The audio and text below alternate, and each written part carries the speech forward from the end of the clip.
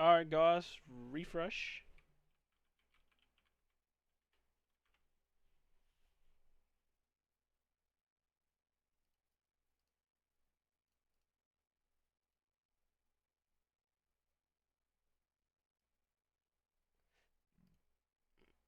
Alright, sorry about that.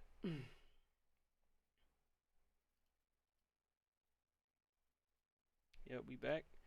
Sorry about that. But yeah, as I was saying,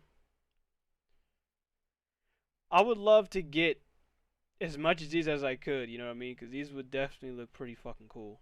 Having to get some of these like that. But the big thing, the big deal one goes to this whole Steam machine.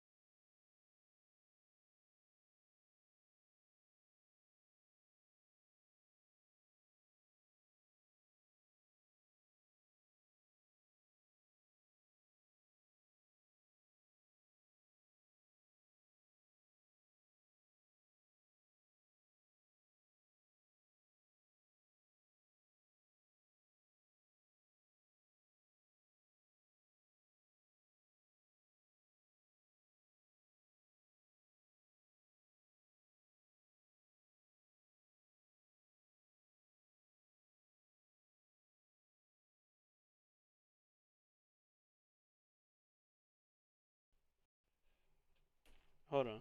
Okay, I'm about to say, like, okay. I don't even know if y'all heard me this whole time. But yeah, we're back. I don't know if you heard me this whole time. My apologies. What the hell's going on? All right. What I said was, as you can see, it comes with all three prices: 400 for this one, 549 for this one, and basically $650 to $700 depending on taxes, just for this one. This is just 1 terabyte. So I can already see the fear that's creeping in with people thinking like, you know what, yo, if this is the prices of your Steam Deck, I can only imagine what the prices are going to be for your Steam machine. And that's the one thing that I don't think Steam is I don't think they do such a good job with is specific prices when it goes to their stuff, but I get it cuz how often do you see Valve make stuff like this? You know what I mean? A Steam Deck was unheard of. And it still kind of is unheard of, to be fair, because you wouldn't think anyone would step up to Nintendo the way that they have. So I get it, and I understand why they would do this. You know what I mean? I understand why they would do this because this doesn't come around very often. This doesn't come around very often. So, with that being said, you can already take a good guess just from having to see the Steam Deck prices. You can already take a good guess at what the prices are going to be when the Steam machine releases. And I think so too, because I think, you know what, it wouldn't stun me if it's somewhere along the lines of like 600 and 650 to $700. It wouldn't really shock me. Specifically that. And that's just for one of its lowest ones. Let me see if we could take a look here if I could find it. Here it is right here. Okay, no, here it is with this one. Let me get on this one.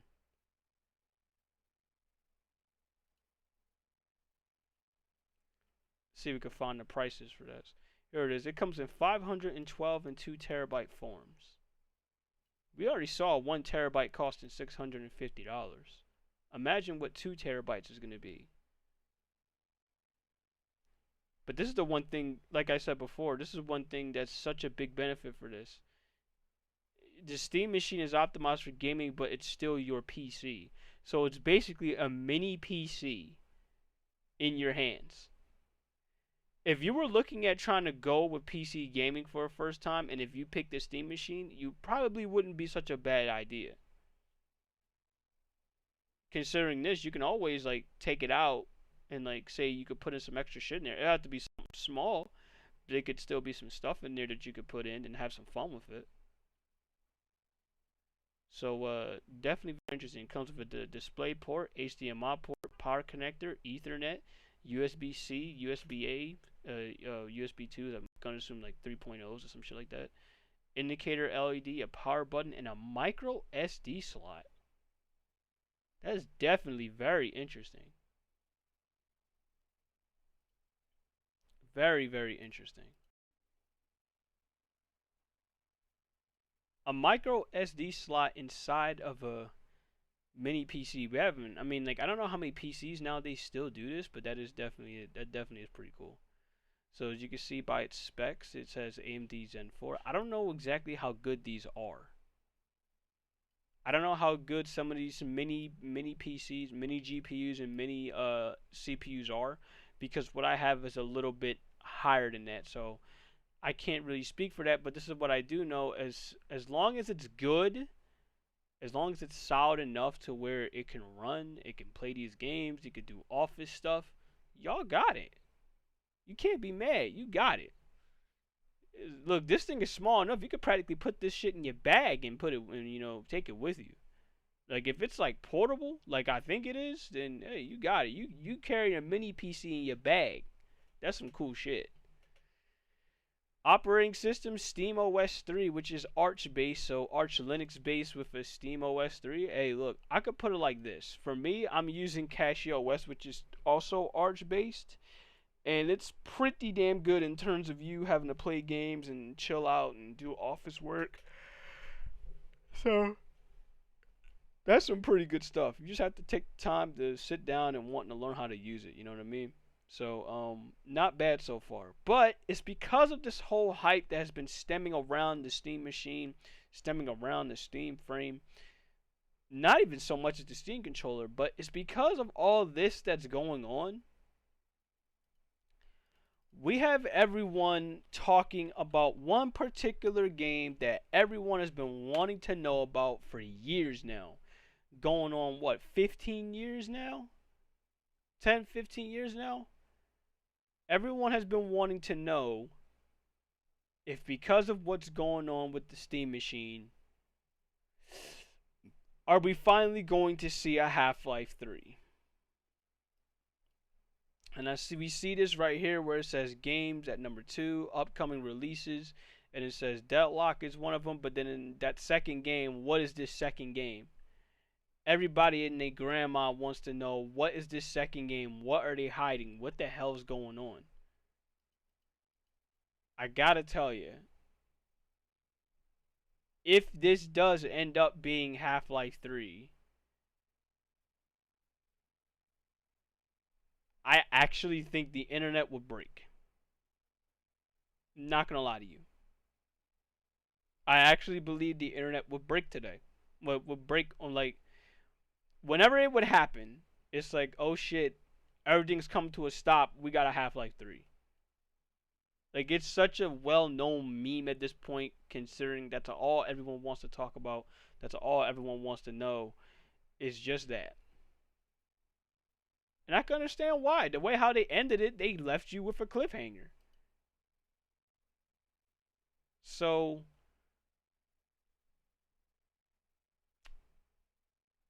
it's very interesting.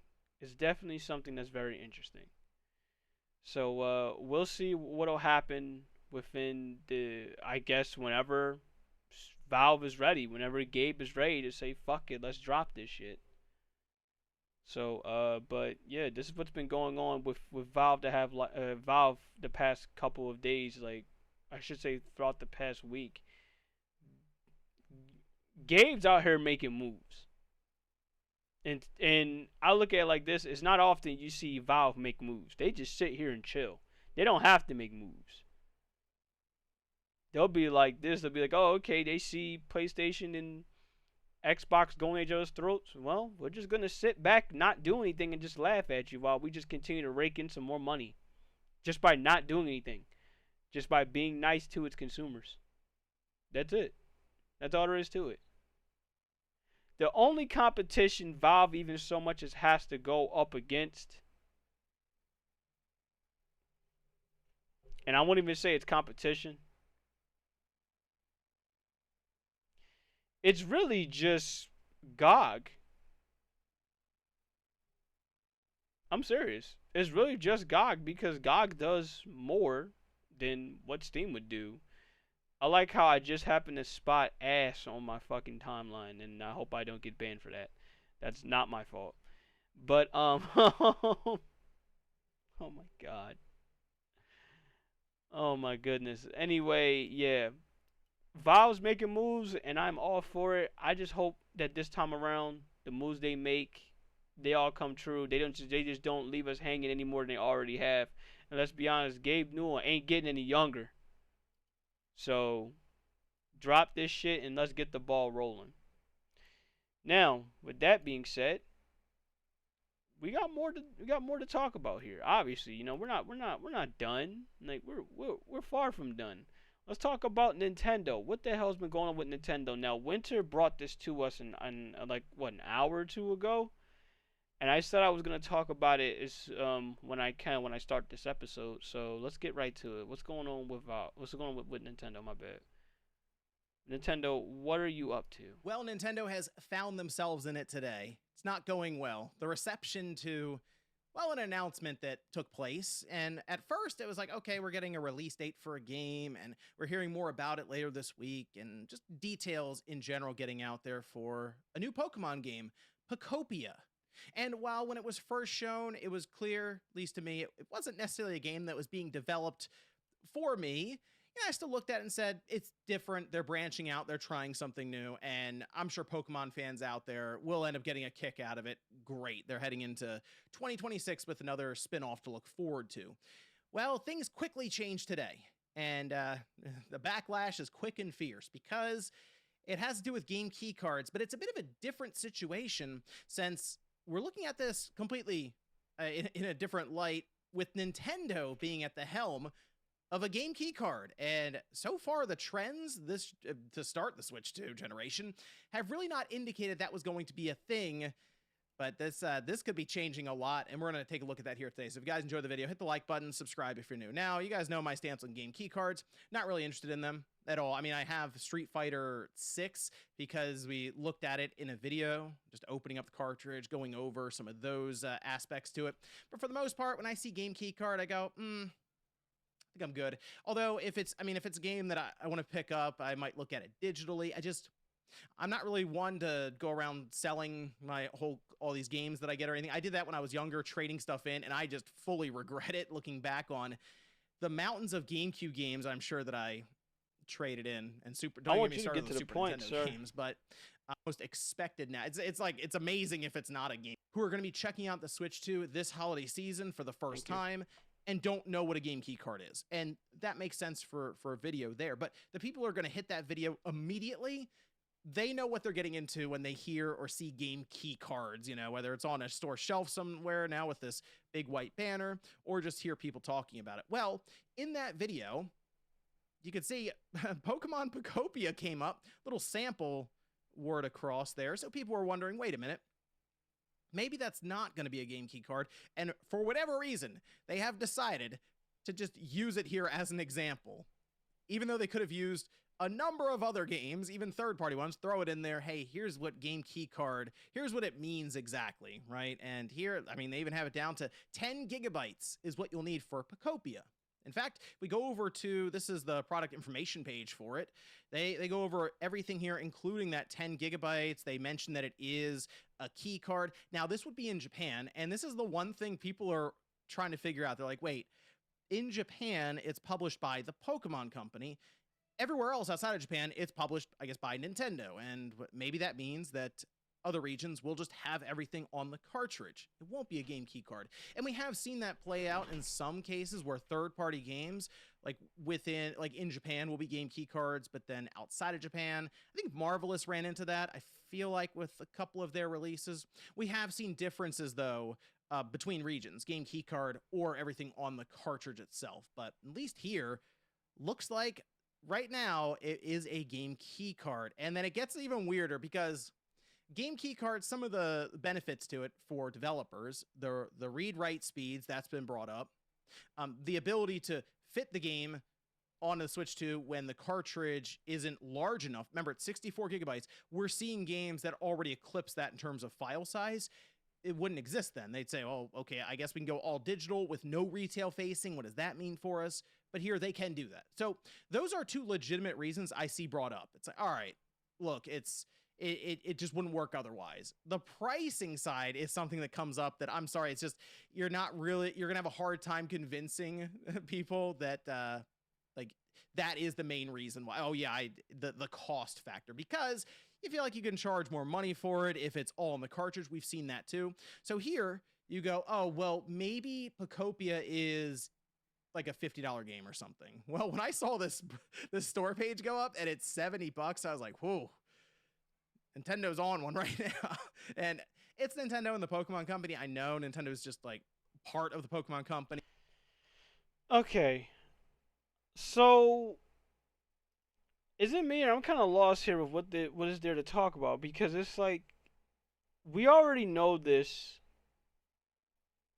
We already know what's going on when it went to the whole Pokemon and, when it went to the whole Nintendo and keycard thing. Okay? We're aware no one's too thrilled with how Nintendo has been going about their whole keycard situation, where they're straight up telling you, oh, okay, let's just drop this digitally, and then after that, we're going to go ahead and, if you want to get a physical copy, you can go ahead and charge a bit more. Now, unless if they're worried about in terms of the size of the key card, will it be able to fit entirely on there? Will it be any issues? Like, let me see here. Could it be a large game? Nope, it's 10 gigabytes. Okay, this could be cheaper. Nope, it's $70. So it's like, if people are more so worried about the price, I understand it, but y'all can't be shocked because this is Nintendo here. They will do whatever they deem necessary to get as much money as they can, especially for their first-party products. It's not doing preservation of games. I mean, Nintendo and preservation, I'm going to be real with you. It's hard right now to say that Nintendo and preservation, they're in the same sentence. It's very hard to say. Now, I understand they have their whole classic games going on when it goes to the whole Nintendo Switch Online thing, but it's not helping their case when you have emulation, which I've already covered yesterday about the PS2 having to go 99% on its emulation. It's hard to really do that when it's like, look, Nintendo for a long time wasn't all about the emulation life because they just want you to buy their classic games. They don't give a fuck about preservation. They don't truly care about that. They used to care about that. They used to. Now it feels like they don't care. And that they haven't cared for quite a while about how things go with preservation. Let's be honest here. So,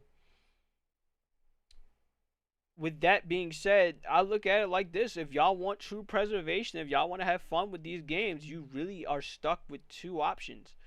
That's just A, if you don't have a PC, you need to go out and grab as much of these games as you can, as much as it sucks to say, because we've seen the price of these games that are well at their age. Like, literally, we already know the famous one with Smash Brothers Melee. We already know what happens if you're trying to get that. Good luck trying to get that this day and age.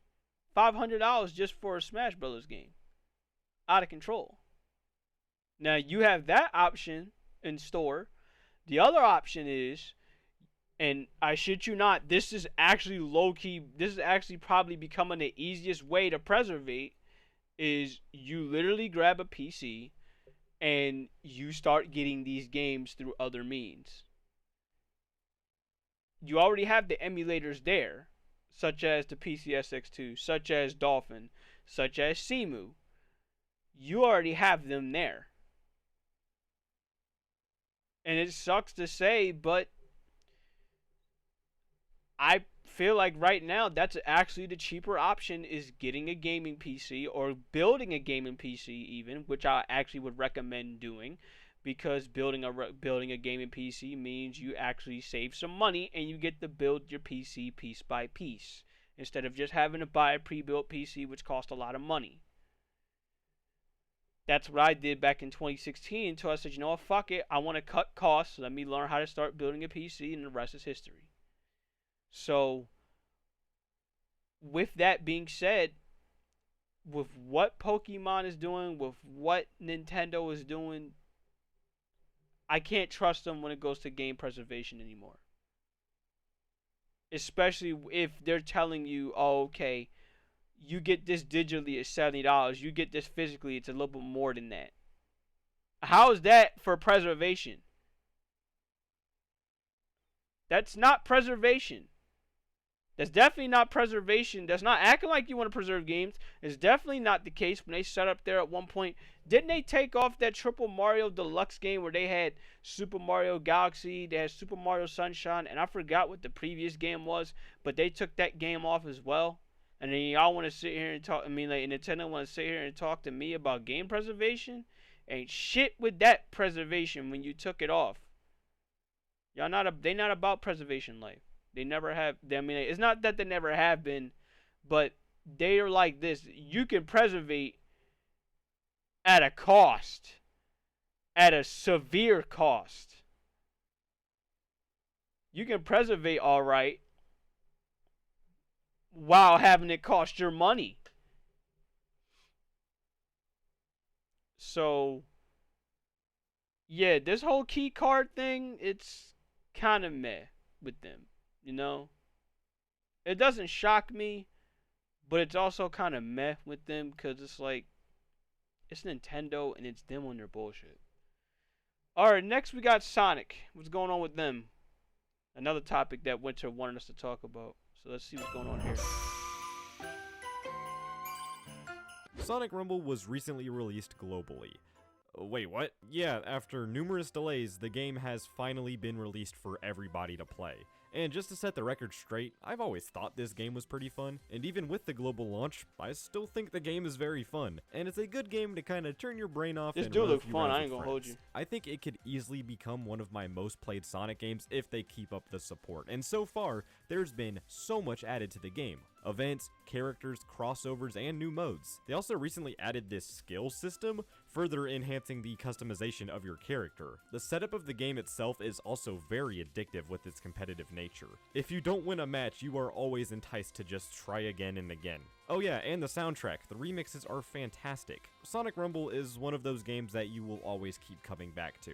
And if you ask me, that is the best thing Rumble could be. And a lot of other people are having fun with the game as well. There's a lot here to enjoy for everyone, and I'm glad people are enjoying it. But there's a catch. Who am I kidding? There's always a catch. Microtransactions. Okay, there we I know, go. It's a free-to-play mobile game. Obviously, there's going to be in-game purchasable content. Duh. In Rumble, you can buy things like red rings and skill points with real money and exchange that currency for skins, skills, buddies, emotes, pretty much everything. It's pretty standard stuff that you would expect from a mobile game like this. But the problem with this game's microtransactions comes from the prices. I briefly touched on this in a video I made following the most recent delay of the game. I think that was back in May? Which, if you didn't already know, I am in the Sonic Rumble Creators Program, which I am very thankful for, and I have had access to this game for a while now. And when initially seeing these prices, I thought they were bad, yeah, but part of me thought they were temporary for some reason, but no, you still have to spend upwards of $50 to $60 to get one legendary skin. That's crazy. Yeah, like what the fuck? For comparison, let's use Sonic Dash, which remains as the most downloaded free-to-play Sonic mobile game. In that game, the most expensive skins cost $20, which, in all fairness, is still a very high asking price, but that's less than half of the amount they want you to spend in Rumble.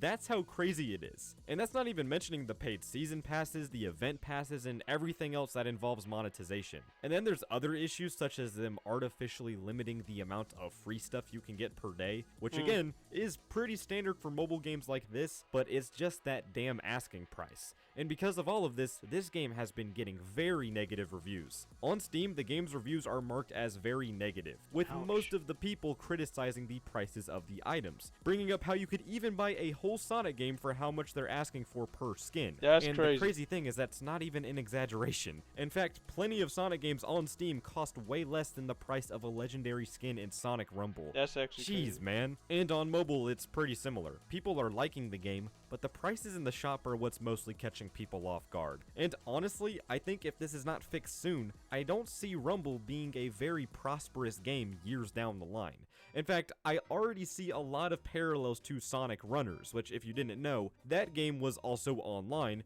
featured a ton of events and skins, but how you went about getting those skins involved a lot of gacha elements and high prices. And guess what? That game was taken offline only a year later. Now all we have left of that game is a fan-run revival and a shitty sequel that nobody cares or knows about. The prices were still lower than Rumble's, by the way. It honestly feels strange more than anything. I understand that they need some way to profit since it is a free game, but this feels more like greed. I really don't see any scenario where they need to have the prices this high to fund the game. That just does not seem possible to me. I also don't see how most people will look at these prices and say, yep, that's worth it, when even games like Fortnite only charge a fifth of this to get a good skin. There's no winner in this situation. Nobody benefits from this. So, how can this be fixed? Simple.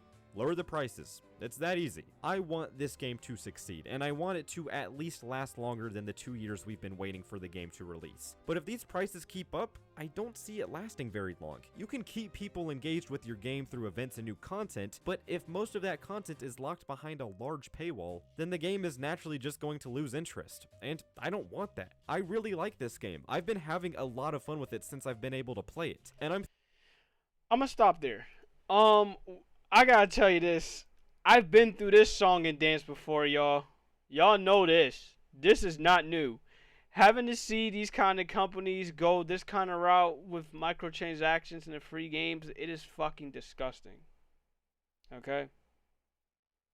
This does not shock me. Not one bit. Honkai Star Rail, Honkai Impact 3rd. This is just MiHoYo as an example. Prime example of games that are free to play but are extremely fucking greedy and are extremely unforgiving. Now I know there's Punishing Gray Raven, and I know they did a good job when it went to their DMC collab not too long ago.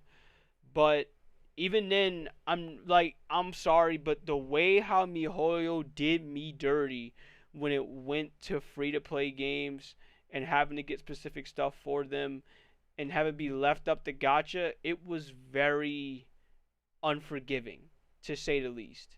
Just with having to get a couple of the characters, it was very, very unforgiving. Okay? And I love Honkai Impact. I love it to death. I love the game. I love the artwork. I love the characters.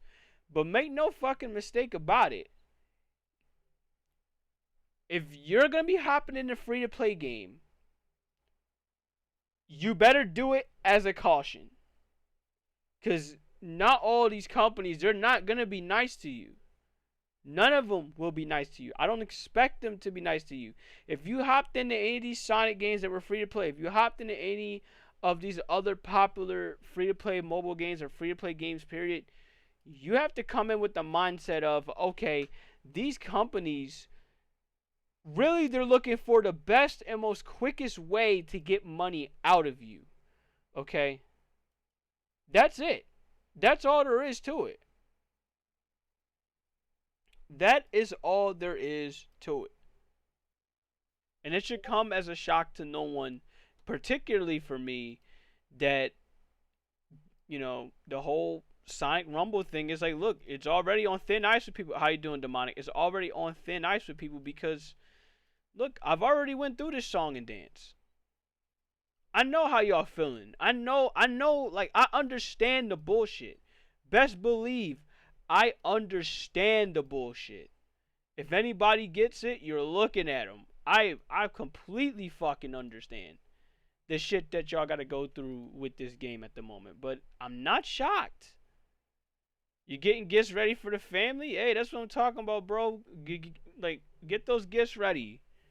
Get those gifts ready. We getting up to that point with Christmas time, so do what you gotta do, my brother. But worry about Thanksgiving first. Make sure you eat first. That's always the most important thing. You know what I mean? It's always the most important. But yeah, man, it's like, for me, it's not a heavy shock that they would go this route. You know what I mean? It's truly not. So, with that, I've been good. We've just been talking about a couple of these topics while I'm trying to improve as an artist. I'm doing both at the same time right now. I'm doing a little bit of multitasking. But, this whole thing talking about, well, this could ruin Sonic Rumble. Here's the deal. If Sega is still going at this route, you can't be shocked. Certain companies, for me, they can't do free-to-play games. Certain companies can't do it. And Sega, for me, showed that they're not one of these companies. They don't know how to handle the free-to-play aspect. They only know how to obviously handle the paid aspect of it. When you pay for a game, that's how they roll. That's how they do their work. That's how they make their money. That's how they, that's how they do their things. And for them to not learn their lesson after one free-to-play game shut down and another one still going on strong, it should tell you enough with how they are as a company. They can't do it like that. Is there any interest in the upcoming Mario 2 trailer? Not right now, no. Not till I see more of it. I'm not gonna be interested at all until I see any more, more of what they could bring, But yes, Sega being greedy like this. Come on, guys. Again, same thing. Not till I see anything demonic. Until I see, all I got is like some small, like, beginner trailers. I need to see more from them for what they can give me.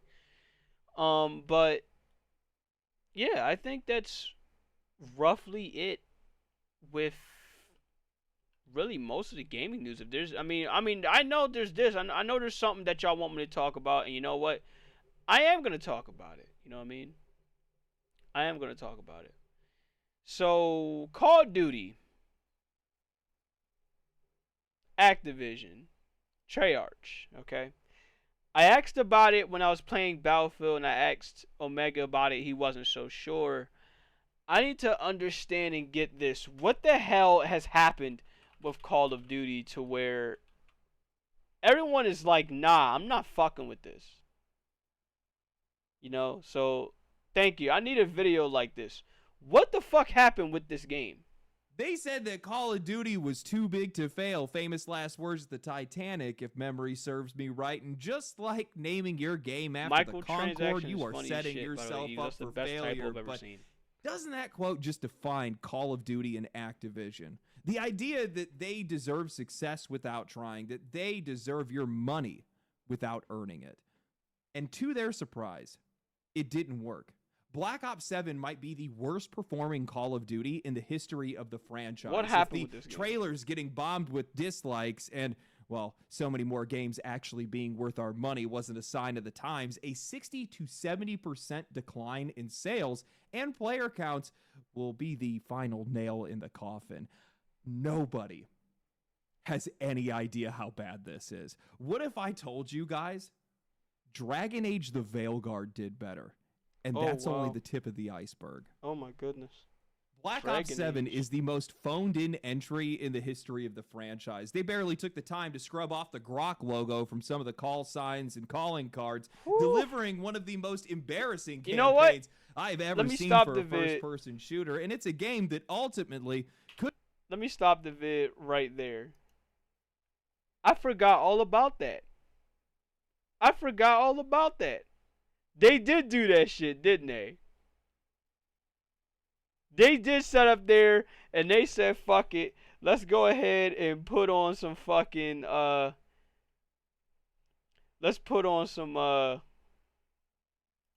have been an expansion. Oh, God, they really did do that. I forgot. They took their title cards, the player cards that you have on the side. They really did fuck around and said, you know what? Yeah, let's go ahead and put in AI that shit. And they were very... not even unforgiving. Like, they really sat up there and went full on AI with that. You know what? That's part of the reason why I could see why it went that bad. Expansion or a map pack, but oh man, we wouldn't be able to charge $70 for that. So today, what I want to do is I want to talk about one of the most deserved failures in gaming history, Black Ops 7 and the Call of Duty franchise. I want to talk about how this publisher has strip-mined their IP until there's nothing left, and how I think they have backed themselves into a corner they can't escape.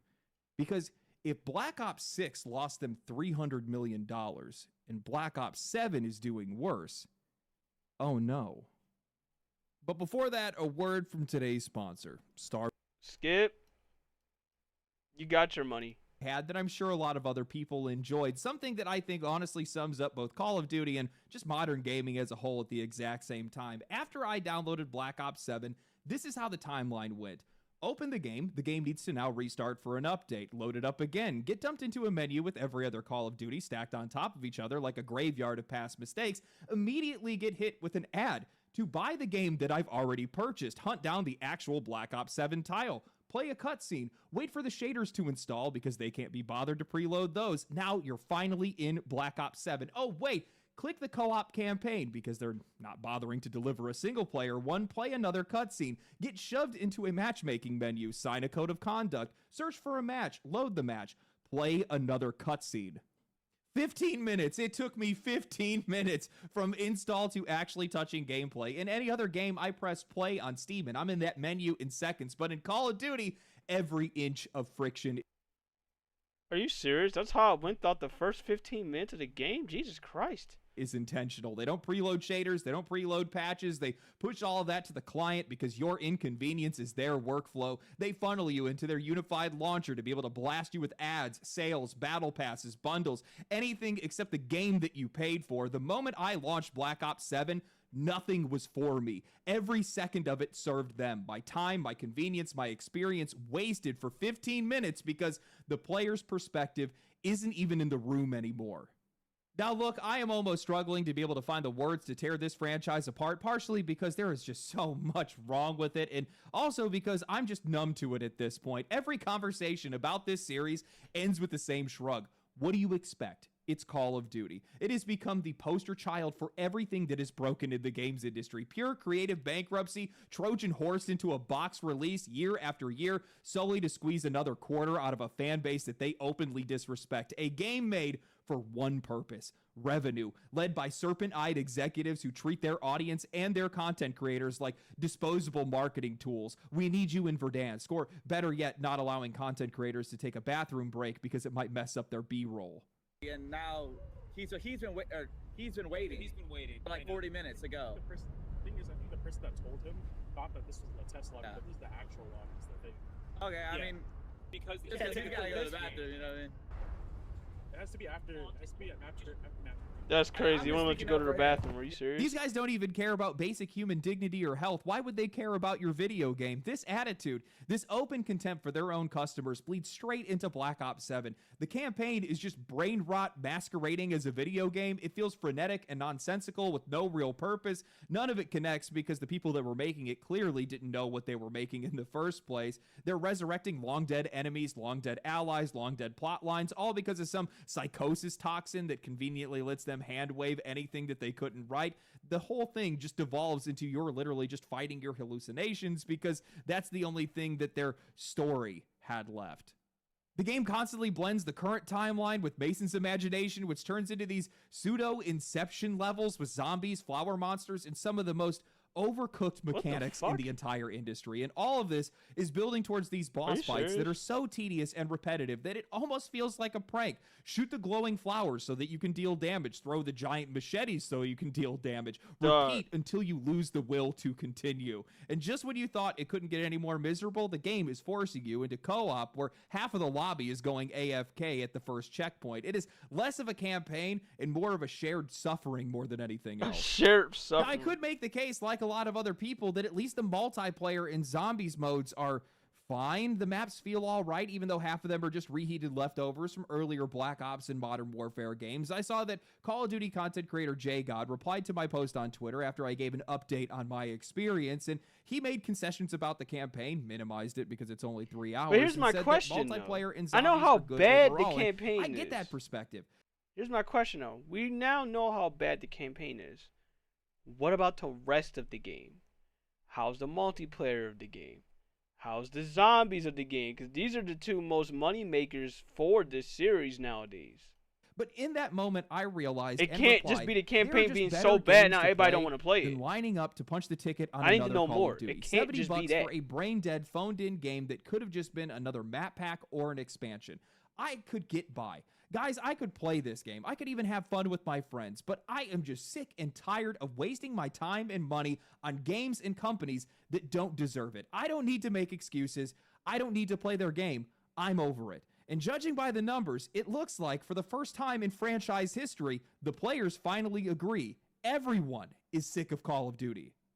Black Ops 7 launched to a pitiful 87,000 concurrent players on Steam. And yeah, sure, over the weekend, it scraped its way up to 100,000. But you got to remember, that number reflects the Call of Duty launcher, the unified launcher representing anybody that's playing every Call of Duty title that's inside of it, including the free-to-play Battle Royale Warzone, a launcher that before this game released was averaging around 37,000 concurrent players. So if you're doing the math, Black Ops 7 only added about 50,000 concurrent players on release day and maybe 70,000 players across the weekend. That means this multi-million-dollar blockbuster performed worse than Dragon Age the Veilguard at launch. Let that sink in. And guys, none of this should be shocking. Leading up to the launch of Black Ops 7, every red flag was waving, from the online discourse to the trailers being nuked with dislikes. People were brushing it off because Call of Duty always sells. Even Activision was leading into that delusion when they literally said that the franchise was too big to fail when they were asked if they were worried about Battlefield 6. And now, well, they got a lot to worry about, because if we compare this to Black Ops 6's launch last year, that game peaked over 300,000 concurrent players, which means that Black Ops 7 is down 60 to 70%. Now, as usual, you've got people that want to deny reality. The moment Steam charts come up, people suddenly say that the platform doesn't matter anymore. Conveniently, that argument is always coming from people whose identity or oftentimes their income depends on Call of Duty succeeding every single time. It's a Call of Duty content creator, some diehard fanboy that's pretending that the game is just being played everywhere else but the biggest gaming platform in the world. They insist that everyone is using the dedicated launcher or they're playing on console, but that excuse crumbles instantly when you remember that the launcher hit almost 500,000 concurrent players the day it came to Steam, and Black Ops 6 hit over 300,000 players last year. Steam charts do not give us exact numbers, but they do. Okay, that's long enough video for me. So, I know what? I'm still left with questions rather than answers with this whole thing. I'm dead serious. I'm left with more questions than I am answers. What the fuck happened to its multiplayer? This is, I mean, like, bro. I'm sorry. You cannot tell me the campaign was so fucking ass to the point where half these people chose either not to buy the game, or the people that did buy the game decided to say, fuck it, let me trade this in and go either play Battlefield or go back to the previous game or go play something else. That is still not answering my question.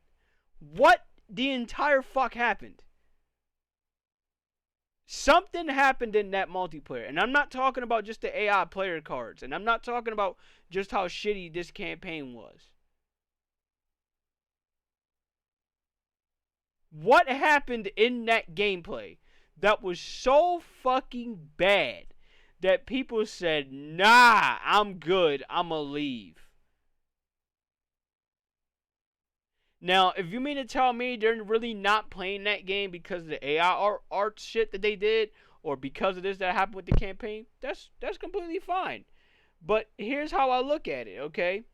I remember not too long ago when the finals, y'all know about that game, right? The finals. I remember when that was looking to come out, right? And motherfuckers was getting super mad over the game because it was using AI voices.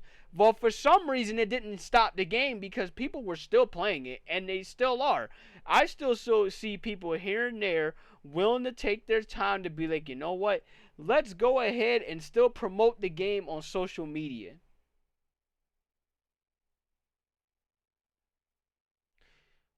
So with that being said, I have to ask, what the fuck happened?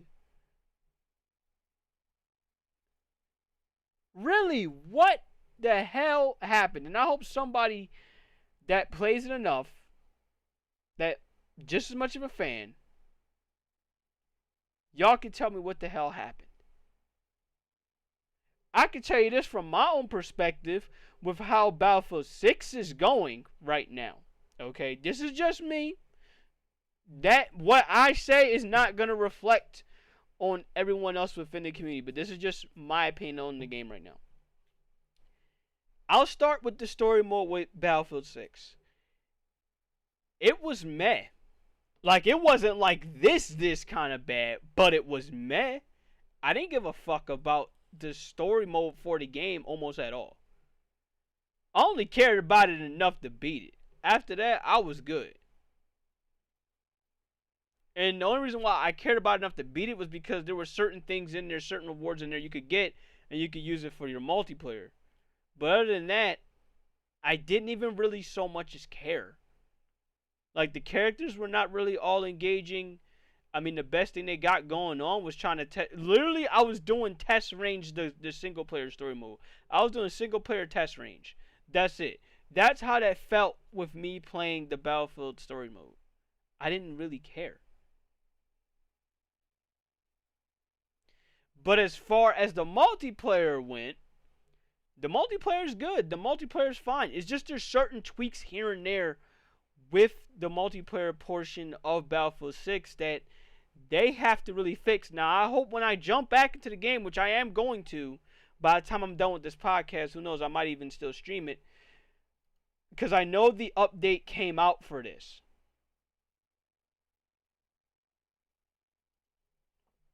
I know there was a new update that came out for this. And apparently the update was supposed to fix certain issues like with the bloom of the weapons or some shit like that. Other than that, there's not really much else I can really say as far as, you know what, there's that, and the new map that they came out with is not good either. I mean, I like it, but then I don't like it. I like it because with all of its environment and shit like that, you know, it's not bad. Not bad. It's pretty chill with that, with the environment. What I don't like about it is it's practically Sniper's Paradise. Literally, like, when it goes to specific maps, I'm going to take the breakthrough map, right? And I think I have a couple clips of this. Most of the time, you'll just see me sitting back there sniping with my M98B and calling it a day. That's really it. It's pretty much a death sentence when you're using... Yeah, like, it's pretty much a death sentence with you using any other weapon. Unless you can map a sniper from far distance. Other than that, it's a Sniper's Paradise. That's it. You don't really have much to go for when it goes to new map. Other than that, certain maps is good, certain maps is not so good. But the biggest issue I stem from it, not just from the gameplay, but when it goes to certain maps, is where in Battlefield 6, it's supposed to be, of course, living up to its name. It's supposed to be a battlefield. The problem with this, the bigger issue with this, is it doesn't feel like that. It doesn't feel like that because most of the maps they're like very, very small. You know what I mean?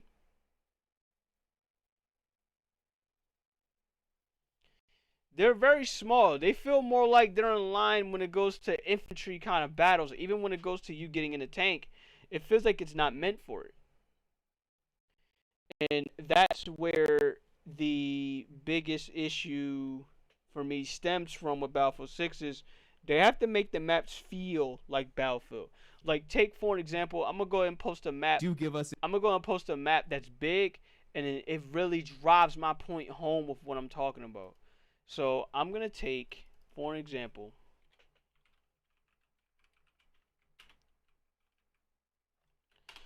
let's take Siege of Shanghai, right? This shit is big. And I mean big, big.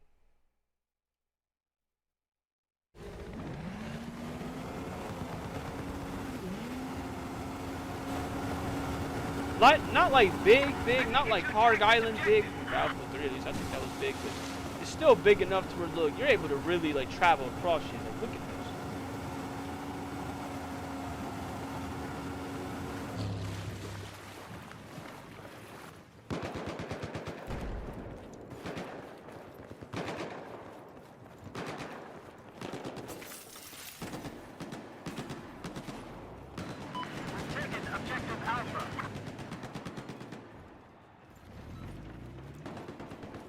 You know what I mean? Like, this is what I mean when it's like, look, you want to get into Battlefield. This is what I wanted to get into Battlefield for. And I don't mean by that just by saying this title. I mean, like, this would be the main reason I would want to get into it. See, this is a big ass map. It's gonna take a bit for you to find some people, but unless you know you're going after tanks and shit. Here's your med kit. Pick it up. Objective Delta is neutralized. We have taken Objective Charlie. I appreciate it. So yeah, when people sit up there and they say, "Oh, okay, I can't find no one. I can't find people," that's the whole point. It's like, my man, get in a fucking vehicle or link up with your squad. They know where the enemies are. You know what I mean? They know where the enemies are. You have an idea of where the enemies are. You probably can't see them, but you have a good sense of where they're located. You're playing a game called Battlefield. I mean, hell, look at your tickets. Look at your counter right here. You see right here what they're trying to take. You got this group right here. They're taking E. You know, the red team, they're taking E. You got most of the blue team. They took A, B, C, and D. That means, okay, that means they're going to start going after... You means you have an idea. They're going to start going after the D class. Or they're going to go, the D position. Or they're going to start going after the C position. You already have a sense of where they're probably going to be just off of the awareness that you have. So, you telling me, oh, you can't see people, that's too goddamn bad. Get a fucking clue. Hold up. That was the map he just showed?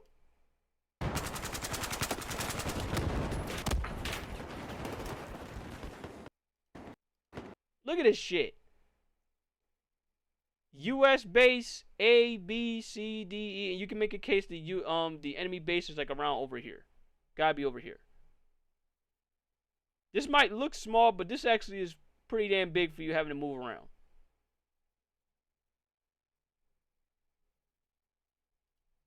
Right, so yeah, as you said with Delta Force, he's able to find people.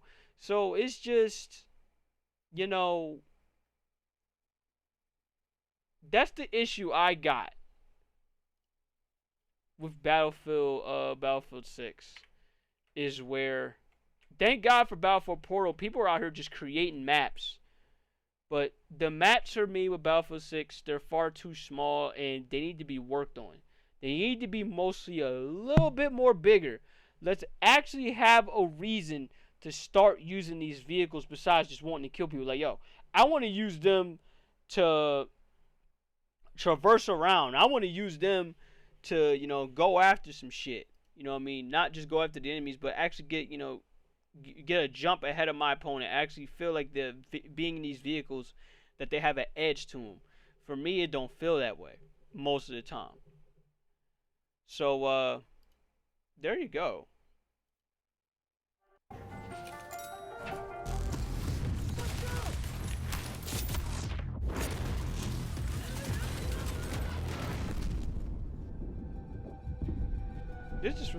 This is just from like what, 12 years ago?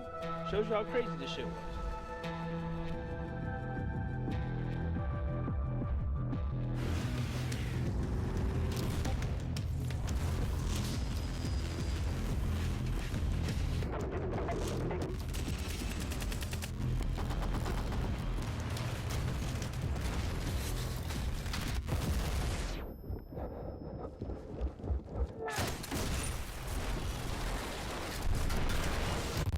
You need to bring a chunk of that back with that level boost.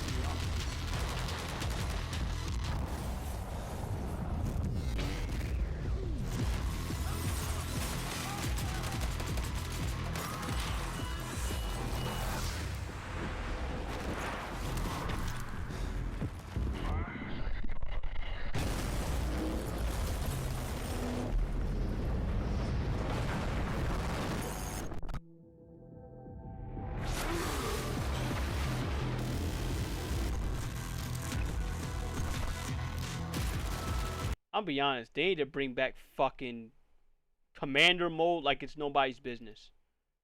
They need to bring this shit back.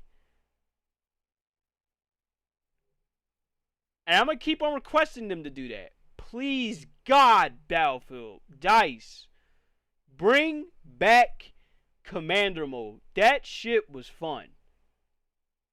I didn't play much of it, but when I did, it was definitely fun. So for people that don't remember what it was like with Commander mode, for people that never played Battlefield 4, I can go ahead and tell you this right now. Whenever you had a Commander mode, you had these options right here. You had UAVs, you could help out your people. EMPs, you could fuck up the enemy team. You had Tomahawk missiles, you could get some kills and still help out your team. You had a gunship, you had infantry.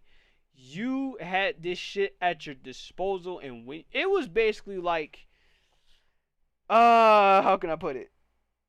It really felt like you was commanding literally living up to his name, that you were commanding the whole fucking squad to try the best you could to get W's on your team while you're not even in the game.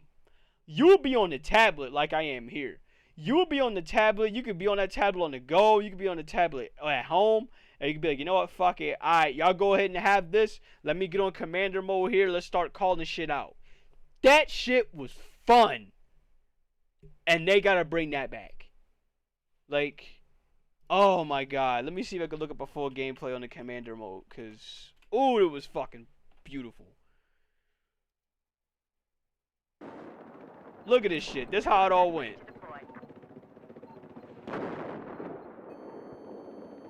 You was literally doing offense and defensive strategies with the Commander mode. Calling shit out, helping out the squad. Like, look at this shit. All through this, man.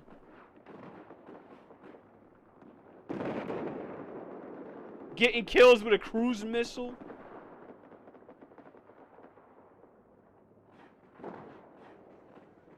They gotta bring this back, bro. They got to bring this back. They gotta bring that back. That kind of fun is hard to replicate, and it was so damn creative. It's not like we wouldn't love Commander mode now. We would love it all the same. The only reason why they took it out was because of Battlefield 1. And because of the timeline that Battlefield 1 was in. There was no Commander mode in Battlefield. Well, there you go. There you go. I hope I helped y'all out with that. But yeah, with Battlefield 6, I guess, welcome new players coming into Battlefield 6. The only thing I can say is this. Do not go into Battlefield 6 thinking that you're playing Call of Duty, because that's not what you're going to get with this. You're going to get something completely different. That's all I can say. You can and you will get something that is completely different. Side note, I never seen King of the Hill mode so empty in Delta Force. Why is it so empty over there? In fact, how many people is playing Delta Force? That's another question. But that's a question for like another time and another day that, you know, I'm sure you can, I mean, you can answer it now, but, you know, like I said, I still haven't gotten on it yet. I don't know, man, but it's a new season. Well, we'll have to, hopefully you'll get your response as to why. All right, so we got some more to talk about. One more piece of gaming news. This one, I think it's a personal one. Oh, that came out. Shit, all right, let's listen to it. Shit, I did say I was doing music reviews. Let's see what this is about. Got XG putting out new music. They getting ready for that album. Let's see what's going on here. I said I was doing music reviews. I still am. I don't give a fuck. Let me talk to him. Destination out of this world is space travel. New heights, I'm seeing new lights or change levels. More space is race and exhibition. XG on an expedition. Light speed, go the extra distance. Shooting stars when you blink, then I bet you miss it. I want the galaxy, baby, you want the recognition. Everything is moving the way that I planned it. I'm planning transmission. Make the planet shift with my gift, I'm an alien. Birthed by the sun, see the skin on me radiant. Everything I spit is for absorption in your cranium. Surface level rap, I ain't never been as lame as them. Gamma ray rap, put the light to the mic, yeah. Distance between me and them, I'm a light, yeah. 5.88 trillion miles off. Still send directions back home for the lost ones. Proceed with caution, cause the G's can make you nauseous. XG's the group of Martians. You know when I'm rocking, you get blasted in the process. No nonsense, and they know that the flow cosmic. You rap or not, I'm just floating on a track like an astronaut. And I'm dunking on your planet when I pass the rock. I got a vision when I drop it, so you gotta listen. Making a movie like Apollo missions. Know what it cost me, know what it costs us. Gotta bring the heat, it's a big bang process. Okay. Culmination reach, they seeing a meridian. I get around like Pac, I be traveling. They don't want no Star Wars, they don't want to battle with a quasar. Send them black hole, that's a favor. Frequency high, they don't even cross my radar. Impact looking like the moon, all these craters. Travel too close to the glow, that's where the rays are. You set the bar too low, that's why we raise ours. 7 dots on the screen like stars, gotta claim ours. I just do what I do and I do till we paid ours. Oxygen level low, vapors is all I'm breathing in. Had to hit a rhapsody, the queen, no bohemian. 8 bar pass off with ease, so convenient. I see the play, earth is feeling crowded, so I need a space. Get off my way, get off my way. Volatile, don't follow rules, I don't behave. From my thoughts to my style, sharper than a blade. I'm a different type of grade, and I mean that with shade. Anointed by the cosmos, you can't relate. So get off my wave, get off my wave. Get off my wave, let me be. This is higher intellect from a legend MC. Every time I go and I feel anointed, I'm like Christopher Nolan on anointment. The way I push it back to the limit seems like I'm double jointed. I've been appointed, my employment is recording these tracks just for your enjoyment. I'm excited, hope you feel the raps. Punching like Tyson in science, I'm near the grass. Spaced out, but I'm grounded like I'm near the grass. Do this with the passion, you see the flash. I write like firefighters, I feel the draft. XG's getting ready, man. That new album is gonna be, it better be damn good if you got one of their own members out here rapping like this, preparing for everything that's going on. God damn, man, what a fucking song this was. That's New York. The first comment right there is exactly what I was about to say. This is new. That's New York style hip hop in its purest form. It's minimalistic, laid back shit, no hook, just straight up bars. Like, hey.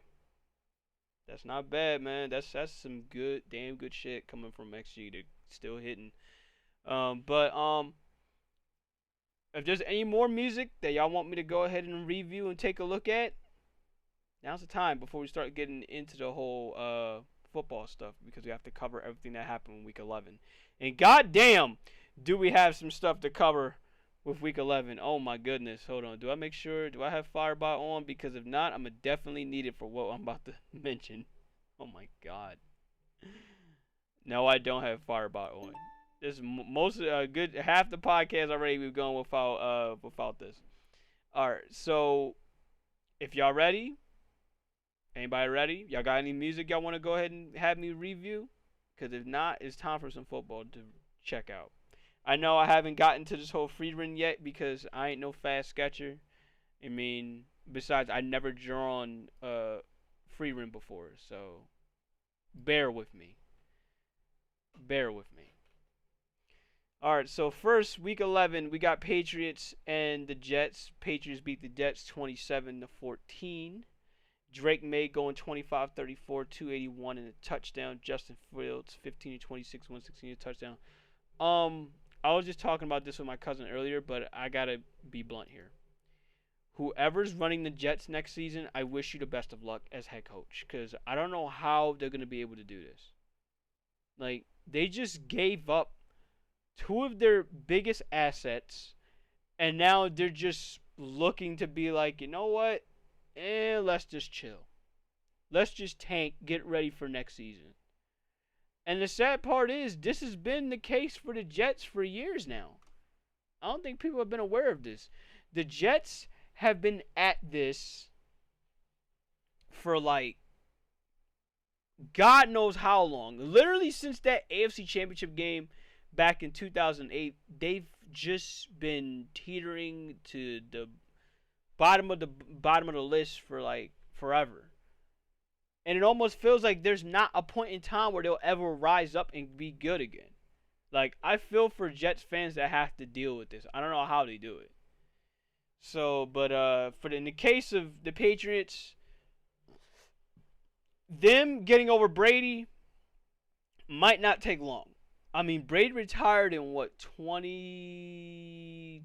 I mean, not retired. Brady left them in 2020. Yeah, Brady left them in like 2020. That's when he won the Super Bowl with the Bucs in his first year. But it's only taken him 5 years. 5 years to get over losing Tom Brady. And in 5 years, they're about to be the number 1 seed in the AFC. Now, I could probably look back on previous episodes of this podcast, but I'm pretty sure I had to said something along the lines of, be careful with the Patriots, because the minute they picked up Milton Williams from us, it felt like, oh shit, they got something building. And they need to be careful. And whoever it is in the AFC, y'all gotta be careful, because look, they picked him up. Then you got Drake May going off the way he has, and I can understand why he is, because guess who he has as his offensive coordinator? He has the main guy that should have never left as an offensive coordinator, but I understand why. I don't know why teams keep trying to hire him for for head coaching jobs when he's never good at a head coach. And I'm talking about Josh McDaniels. If there's one thing Josh McDaniels is great at, it's scheming up these fucking plays, bro. It's not new. He's been doing this since he had Brady around. Now, I forget who was the previous offensive coordinator to him, but like, this should come as, this should not come as a shock to anybody. It shouldn't. Shit, I remember when Brady got hurt, when he had that torn ACL, he made Matt Castle look damn good to the point where he gets a new contract, a new solid-ass contract, and then he plays like buns. This man's a fucking play-calling whisperer anytime he's with the Patriots. So, I don't get the idea where people are constantly trying to hire him for offensive coordinating jobs, because that shit don't work. Let that man be a Patriots lifer. Let him stay that way. He makes good money over there. Don't even so much as look his way. And there's another coordinator in my opinion, another guy that is, he's currently a head coach right now, but I feel like he fits better as an offensive coordinating role. But that's for another day whenever we get to that point in the off season. But yeah, the Patriots right now with Drake May, they're taking off. And Josh McDaniels is a good chunk of the reason why. Very good chunk of the reason. This doesn't come as a shock to me. Hell, Stephon Diggs having a solid year again. I mean, he had 9 receptions, 105 yards. He's been having a solid season. Trayvon Henderson had 2 touchdowns. Solid year for a running back so far. All right. Next, we got Dolphins. Well, do I really need to cover Dolphins and Commanders? I'm not going to talk about Dolphins and Commanders, bro. It's not worth it. Dolphins beat the Commanders 16-13. Packers escaped the Giants 27-20. I saw this in full time, and I'm like, yo, the Packers, man, the way how they're playing, they'll be lucky if they get to a wild card spot if they keep playing like this. Now I'm gonna take a look at their schedule. In fact, here it is right here. They got the Vikings next, who are also on the outside looking in. And honestly, I know they're 4-6, but I'm not looking past the Vikings right now. The Lions, we already know what's going on with them. The Packers, I'm shocked they haven't faced each other yet. I'll be honest, this is looking like back-to-back L's right here with the Lions and Packers both. And then there's the Broncos looking like another L. Looking like 3 straight L's for the Packers is loading up when you got the Lions, the Bears, and the Broncos, and then possibly 4 with the Bears again. I know division teams usually split, but I don't know, man. For the Packers, it's rough out here for them. Very rough. They gotta be careful. Yeah. They gotta be careful. They gotta be extremely careful here because, look, they keep playing like this. They'll be lucky if they'll make it into a wild card. They keep playing down their opponent, and this is the problem I keep seeing with this team. I'm like, bro, what are you doing? You keep playing down your opponent, you're not gonna make it to the playoffs. Right.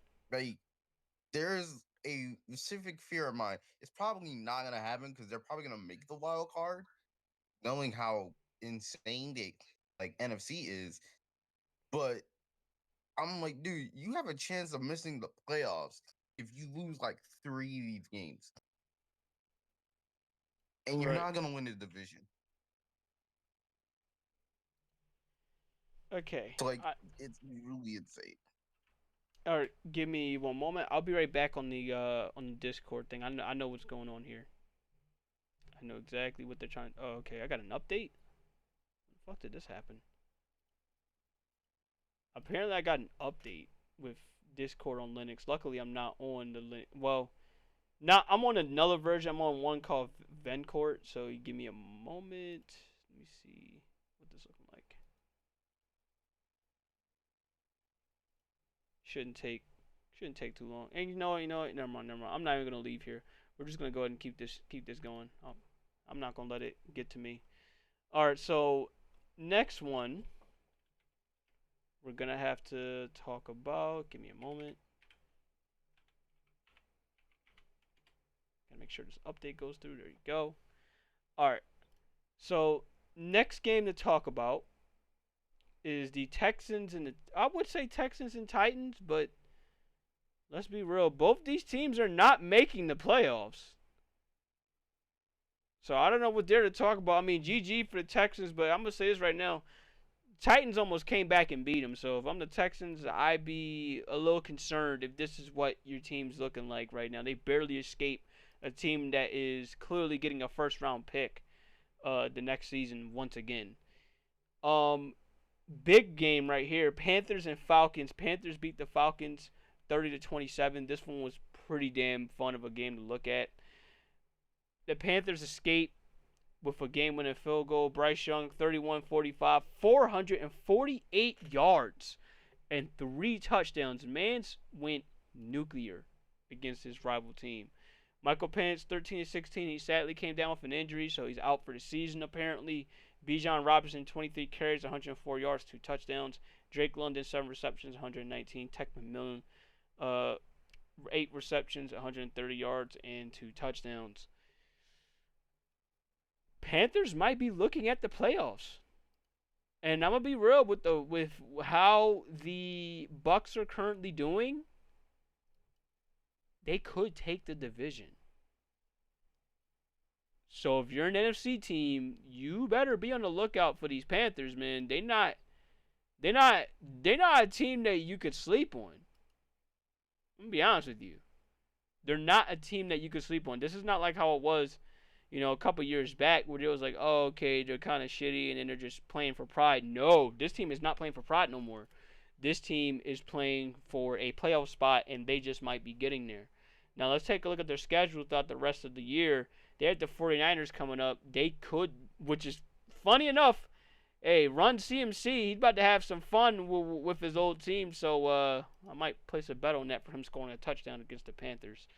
But, yeah, I could see them taking out the 49ers. I can absolutely see it. That could be a good game. So I could definitely be on the lookout for that. That one versus the Rams looking like it could be an L. But you want to know what? I'm not going to hold it to the Panthers. if they do take an L to one of the best teams in the NFC currently. But, you know, it wouldn't shock me if they come out and they just happen to surprise the Rams and they end up beating them. I would love to see that. They also have the Saints coming up. That's usually automatic for them. But then again, they lost to the Saints earlier. For what we can see here, they lost 17-7. So they need to beat this Saints team if they want to continue going on to the playoffs. And this is the big one. This is the big game. This is to determine the division for both of these teams. The Bucs right now are struggling. The Panthers right now are looking to catch them.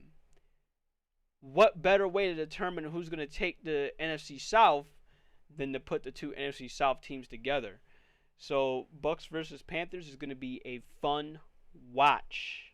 I will be paying attention to that come December 21st.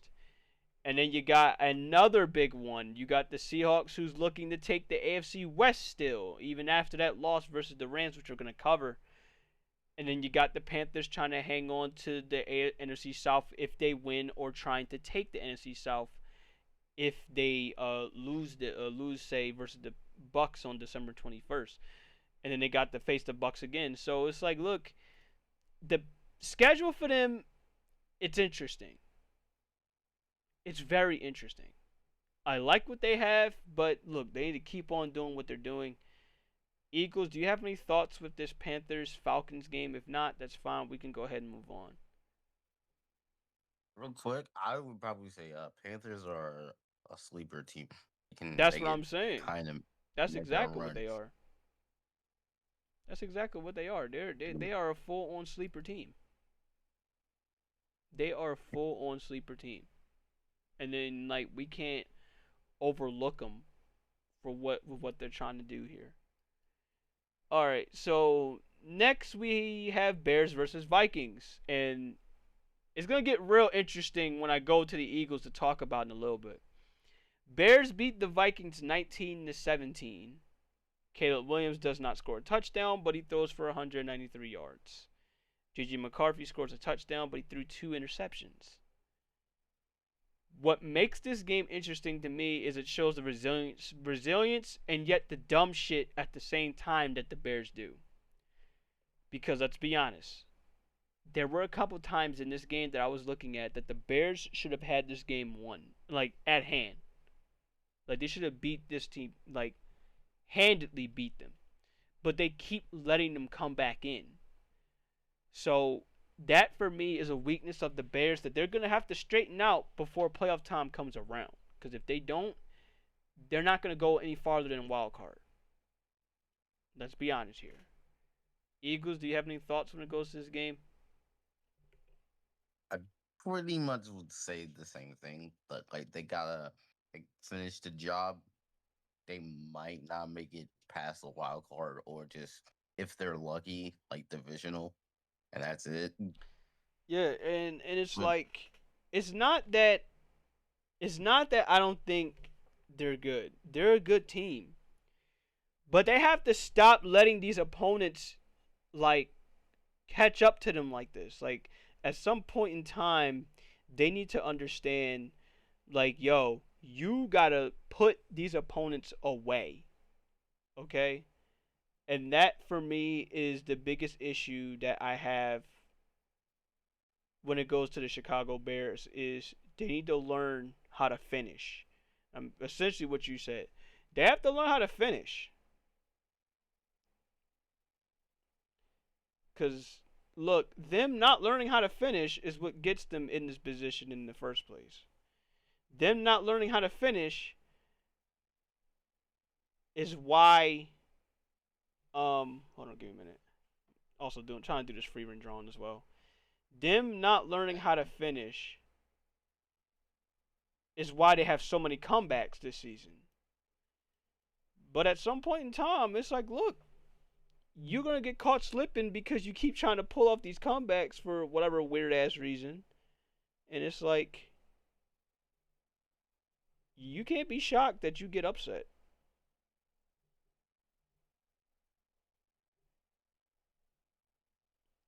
Give me a minute. Okay. Whew, I do not think I'm going to be able to do this drawing the way that I want to do it, but oh well, that's the point of it. It's fucking practice. Yeah, All right, it's next we kind of got practice. our. You said what? Kind of practice. Don't put yourself too hard. Oh no. Not gonna do all that. All right, so right now we got our clap cheeks of the week. Cutie alert. Cutie alert. I wish Winter was here. She'll be able to enjoy this one. Jacksonville Jaguars beat the Los Angeles Chargers 35-6.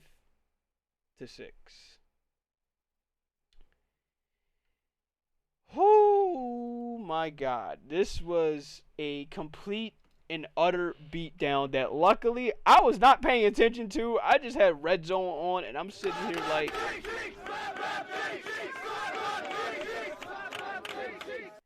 I'm sorry because we both echoed the same thing. But, oh my God. Trevor Lawrence, you mean to tell me they put up 35 points and Trevor Lawrence only got 1 touchdown? That shows you how bad, how incredibly bad the Chargers are. Oh my goodness. Bjayshul Tutin went 15 carries, 74 yards, and a touchdown. Jacoby Myers went 5 receptions, 64 yards. And Justin Herbert! Justin Herbert! What is this? What is this? Yeah, Chargers might be cooked. Justin Herbert, gonna what lie the to hell you. is this? Yeah, he might be cooked, dude. 81 fucking yards passing? Yuck. 81? As Yeah. in the number 81 that Terrell Owens wear? That number 81? Yeah, yuck right there, boy. Kind of yuck. 81. Imagine losing to the Jaguars. That's a really bad yuck. It's bad enough you lost, but you mean to tell me your ass could not pass for 100? That's how bad of an ass whooping they gave you? 81 yards. Yo, all I gotta say is this. Anytime I get on social media, I better not hear any talk with Justin Herbert ever again. None. Don't ever talk shit about my quarterback, Jalen Hurts, again. I'm sorry. Never again. Never do that again. You have no freaking right. Forget about that they lost. Didn't they lose the same team in the playoffs a few years ago? Like, I don't think They we can put them in choked. discussion. Like, we can't put them in discussion between Allen and like Jackson or any of that. I don't think we. Never I don't think again, we can bro. put them All I gotta say is never again. And there's not much to cover here except, oh my goodness, Chargers, bro. How bad can y'all get? But Bills beat the Bucks 44-32. At first, it was starting out pretty rocky, but then over time, the Bills start to find their own. Josh Allen went 19 of 30. That is some nasty work. He went 19 of 30, 317 yards, 3 touchdowns, and 2 interceptions. Baker Mayfield, 16 of 28, 173, 1 touchdown, 1 interception. Sean Tucker had 3 of those touchdowns. He had 2 touchdowns. He had 2 touchdowns rushing, 3 touchdowns receiving. This is why we're at where we're at with the Buccaneers. Whereas, if they can't get shit going, they're fucking screwed. Like, I can actually see this being a season that the Buccaneers don't reach the playoffs, and if they do, it's just a wild card all over again, just like how it was from before. Like, the Bucs are not that threatening.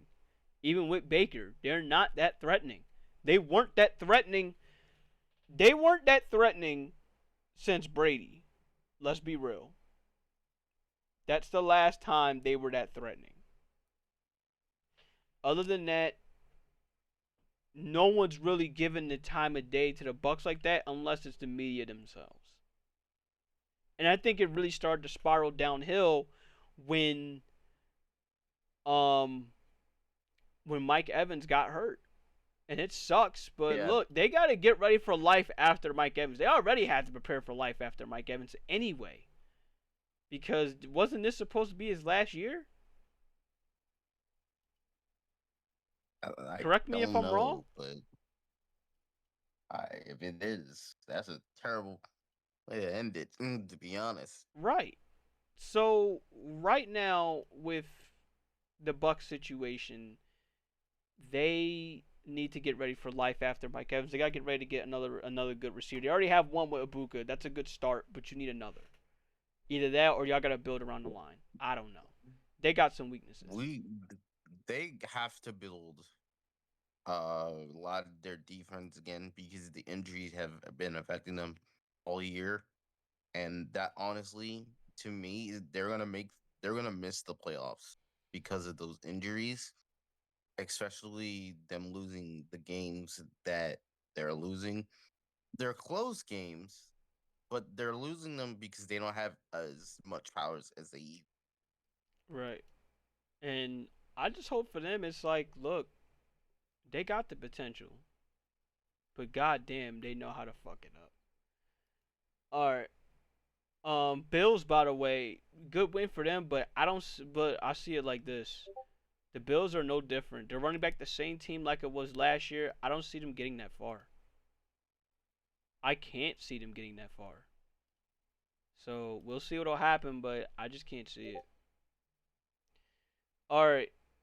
Game of the week right here. Rams, Seahawks. Sam Darnold. Ooh, buddy. Sam Darnold threw 4 interceptions in this game. This is a playoff team, and he threw 4 interceptions. Matt Stafford went 15 of 28, 130 yards and 2 touchdowns. Nobody's talking about that either. Mainly because he won, but he went 15 of 28 for 130. 130. That's not like Matt Stafford to do that. But Sam Darnold is another case.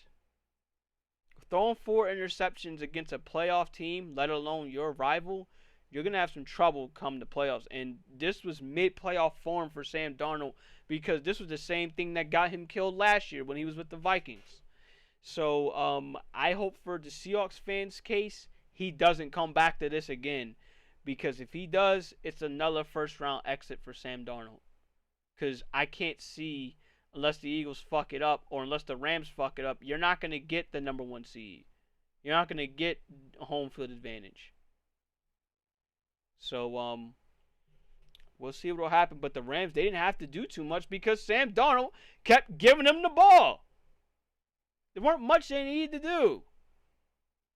Ain't much to talk about. Doing field goals. Yeah, and that's nothing. They kept doing field goals. They tried to field goal the Rams to death. Funny enough, they almost won because they kept field goaling the Rams to death. And they thought that shit was really going to work. But then again, Sam Darnold throwing 4 interceptions. You can't win a game like this. If they didn't throw the interceptions, I kind of can see them winning the game. If they didn't do all that. If they didn't do the 4 interceptions, they would have won the game. But to me, that game plan doesn't really work.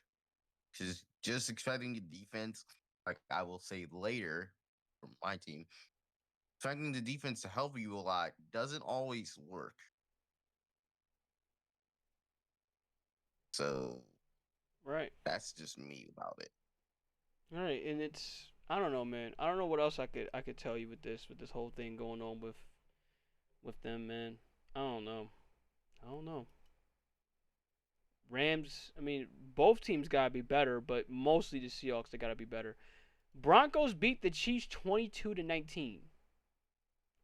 Let's take a look at the Chiefs' schedule real quick. The Chiefs have the Colts, they have the Cowboys, they have the Texans, they have the Chiefs. They have the Chargers, they have the Titans, they have the Broncos again, and they have the Raiders. The hardest game they have here is against the Colts. The rest of these, the hardest one here, if I had to pick, is probably the Texans. But regardless of that, the Chiefs are in trouble. I put it like this. If the Chiefs lose 2 to 3 more games, we will finally have an era where we will not see the Chiefs in the playoffs at all this year. which would be a fucking shocker to say the least. And I gotta tell you, I would be all for it. To see what Bo Nix just did, Bo Nix and that team just did to the Kansas City Chiefs, it gets me on one thing. It tells me one thing. What it tells me is the Eagles broke this team. I can honestly say we systematically broke the Chiefs. To be fair, they weren't supposed to be in the playoffs last year. They clearly weren't supposed to be in the playoffs last year. They weren't supposed to be in there a couple years back when they beat the 49ers in the Super Bowl. No, their roster was not the only reason why they got to the Super Bowl with back-to-back years is simply because of the fact that these AFC teams feared the Chiefs when they shouldn't fear these teams. Coaches were calling scared versus the Chiefs. Now everybody's seen what the Eagles have done. It's like, I can't fear y'all no more. And on top of that, you have a washed up tight end, and your receiving core is buns. Yeah, people finally see their shell of what they were. Yeah, they need to retool right now. They got to retool next season, because if they don't do that, you're not going back there. Right. And I'll be honest with you, it might take more than that. It might take more than just one retool. I think now people are finally seeing how vulnerable this Chiefs team is. And I gotta tell you, I'm all fucking for it. They're extremely vulnerable. They're not what they were. The only thing they got going on is the play calling, but guess what? That can even go so far. That can only help you through so much. And again, I gotta tell you, I'm all fucking for it. I think most people in the NFL is for it. Yep, that's what I'm like, look. Most people. There's only so few players that want to join him anymore. I'm not joining them. The most teams I probably would join is the Rams, or basically probably Eagles or freaking the Lions, but not recently. But I'm not joining the AFC. I probably would join a team that can be a contender. Right. Joining the Chiefs anymore. Right. And it's just gonna be interesting, man. Broncos keep doing what they're doing. We'll see if they'll keep it up come playoff time. Ravens beat the Browns 23-16. The only big story out of this today was the fact that Shedeur Sanders came in that game, and he could have possibly helped the Browns beat the Ravens, but Browns on their bullshit. And of course, we're not going to cover Cowboys versus Raiders. Our last game we have to cover is the Eagles beating the Lions 16-9. This was a full-on defensive game, but I got to tell you, I'm just waiting for one thing. Because, look, I've already pretty much accepted this. Regardless of how the rest of this season goes, I've already accepted this. The Eagles won't have a shot of getting back to the Super Bowl this season, but the only way they'll have a shot of getting back to the Super Bowl is that their offensive coordinator has to go. And I'm going to also say this in all blunt honesty. As much as we love Nick Sirianni and what he does to motivate his team and keep everyone as a tight-knit group together, he cannot be the reason. He cannot call up an offensive coordinator ever again. He can't. This was his second shot trying it, and it failed. Because he did this before with Brian Johnson. Doug Peterson did this with Mike Groh. Then he did it again with Press Taylor. When it goes to the history of the Eagles calling up somebody from their own team to do offensive coordinator responsibilities, it never works. So what's the next best option for them to do? The next best option for them to do is to bring in an offensive coordinator that is meant for the long haul. They actually have to start looking long term with these offensive coordinating hires. Because you can't keep having shit like this. You can't keep having this with your own quarterback. You can't keep having Jalen Hurts having play caller after play caller after play caller after play caller after play caller each year. This has to stop. In fact, seeing this kind of list is not normal. No quarterback in the history of the NFL, let alone sports period, goes through shit like this. This is not normal. It's not. The only time he had a coordinator for multiple seasons was right here with Shane Steichen, and sadly he left right after Super Bowl 57.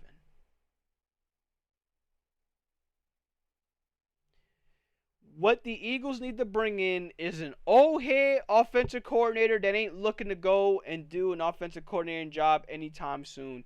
And they already did this with the defensive coordinating spot. They did a great job with this. We now have our second season with Vic Fangio, and it's getting more and more better. We're going to have multiple years of Vic Fangio until he either hangs it up or he rightfully finds a successor that can pass along his tricks of the trade. That way hopefully he won't go nowhere.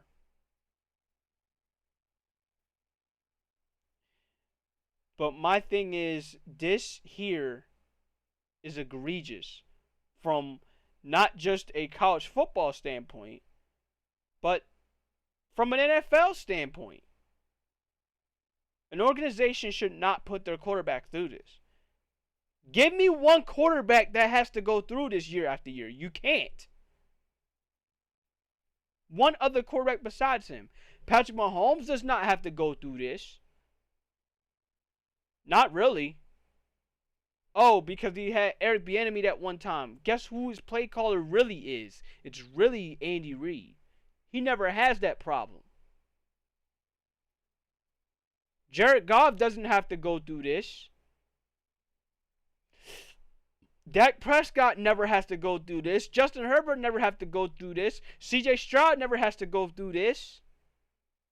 Hopefully not. Not in his young career either. Right now, already in his second straight year, Jayden Daniels has had the same coordinator. And he's going to have it for the third straight year because Cliff Kingsbury is not going anywhere as far as the head coaching job goes. He's not going nowhere. So make that 3 straight years for Jayden Daniels. He never had to worry about this.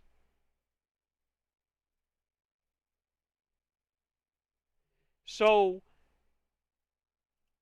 this team getting this pissed off over how bad the play calling has been, over how nothing happens with this system, I completely fucking get it. If anyone reserves the right to be pissed, I'm looking at the defense. Because so far through 8 quarters of football play, I've had to sit up there again and witness this defense bail out this offense. When really, let's be honest, we should be losing these games. We don't deserve to win these games. Not from an offensive standpoint do we deserve it. We are seeing in real time Vic Fangio's defense becoming a reincarnation of the 2013 Seahawks. I should say the 2000 Ravens, which is more apropos. Because at least with the 2013 Seahawks, they had an offense. They had something. They could move the ball. I can't say the same with the 2025 Eagles offense. This feels more like the 2012 Eagles or even the 2000 Eagles with how bad it is with them trying to move the ball around. So best believe this, I don't get mad at A.J. Brown when he sat up there and he was on that Twitch call with Janky Rondo. Or I don't get mad at him for sitting up there and making these subliminals trying to say, look, our offense is a fucking problem, because he's right to say that. How is he not right? I mean, yeah, y'all mad at how he's going about it, but where's the lie?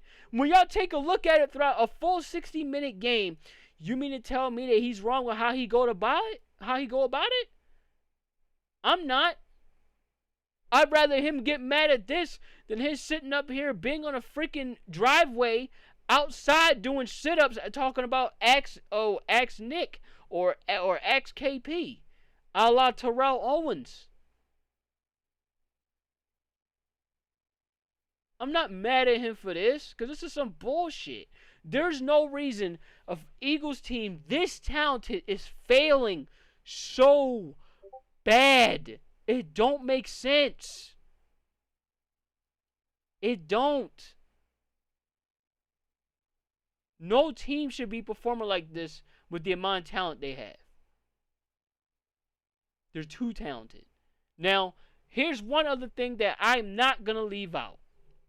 And I understand if I leave this out, I'm going to have Eagles fans on my head. So I'm not going to leave this out. What I'm not going to leave out is the fact that we got in a situation where our offensive line is not the same offensive line like they were. And that's completely understandable. I get that. They've taken a massive fucking step back from what they were back in 2024. However, that still doesn't excuse the fact. I'm going to draw this down here.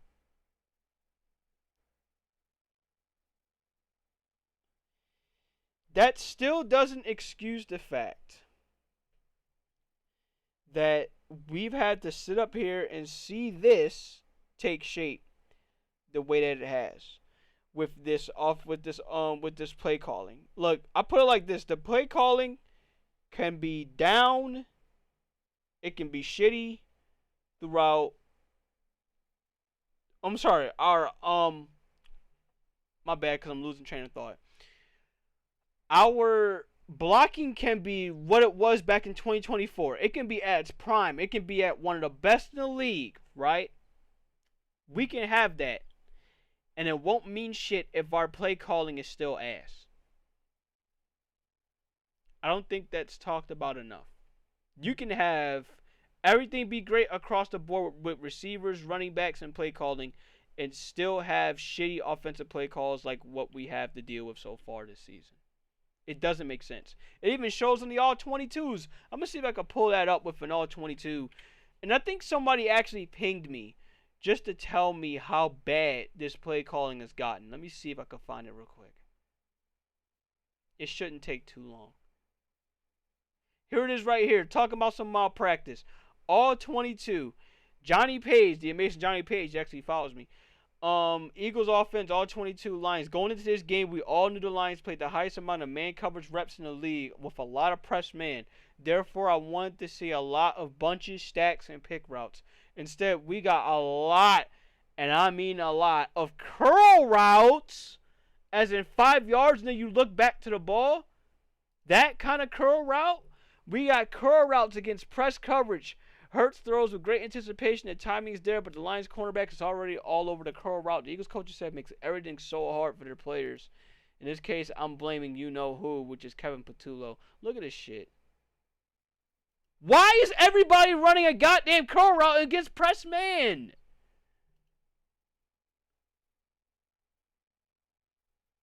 Why? Unfucking believable. Here's the second one. I thought Hurts came out pretty sharp and was badly let down by some of his poor drops. No one is open, so Hurts and Barkley try to make a play. Hurts definitely improved his out-of-structure play this year. He makes a fantastic play from that Barkley nearly hauls in. So let me see what this play is.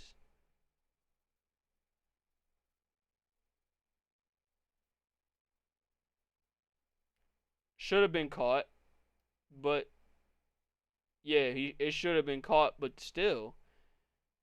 Hold on. Let me look back at this play again. What the fuck is everybody doing here? I'm gonna look at the three receivers. We're looking at A.J. Brown. We're looking at Jahan Dotson, and we're looking at Devontae Smith. What are they doing? It's so bad. A.J. Brown's not even looking for the ball. He's not even looking for the ball. What's Jahan Dotson doing? Go route. Jogging on a go route. What's Devontae Smith doing? What's Smitty doing? Stopping right here where he's clearly covered. Guys, what is this? This is what I'm talking about. Even if our line is not great, and I understand it, our line is not great. What the fuck are you having our wide receivers do? Our line can be great, and you still go through this. What's Dallas Goedert doing? He's doing come on, dude. This is what I'm saying, bro. This is where we have a bigger issue. And by the way, if your offensive line is not doing so great right now in pass protection, let alone run blocking, why are you not calling quick passing plays? Which is another big problem that I don't think our offensive coordinator has a flow of the game for. Like, you don't understand the weaknesses your offensive line currently possess. Now, this was a good play here.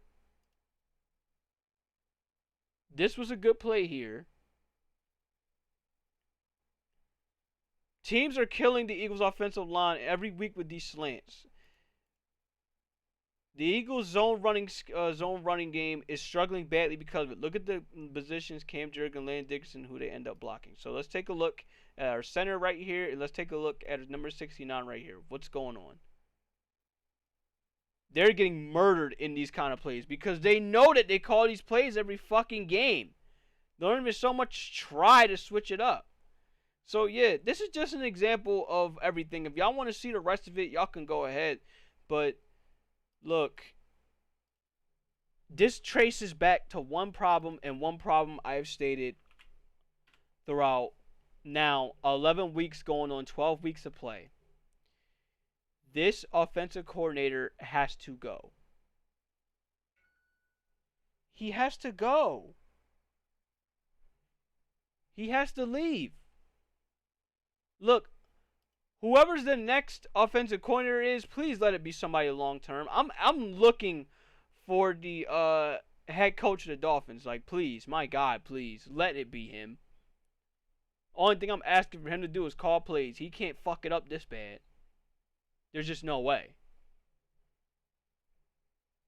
Anyway, I've said all I had to say because I don't want to sound like a fucking broken record. Eagles, do you have anything you want to talk about when it goes to this game?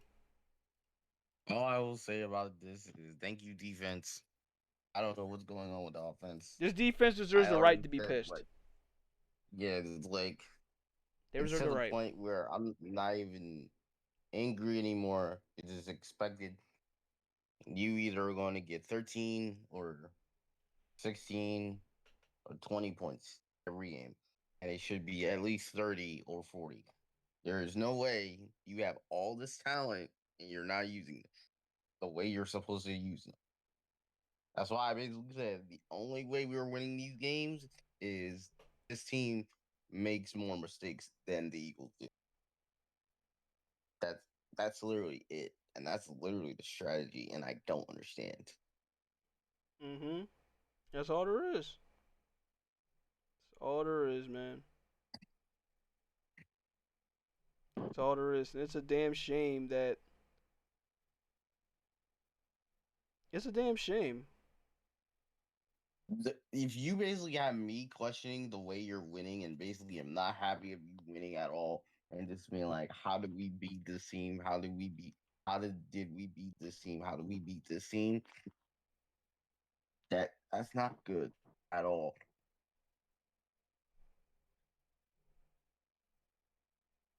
Right, because it's all pretty much we can do is question. It's like, bro, there's no way it should be like this. Like, it's not normal with how this team plays the game right now. And it shouldn't be. Like, that's why I was like, people was getting at me for when I said, look, it's not normal, because it's not. Like, it's truly not. Like, no team should be playing like this, the way that they're playing. That's why the 2000 Ravens are an anomaly.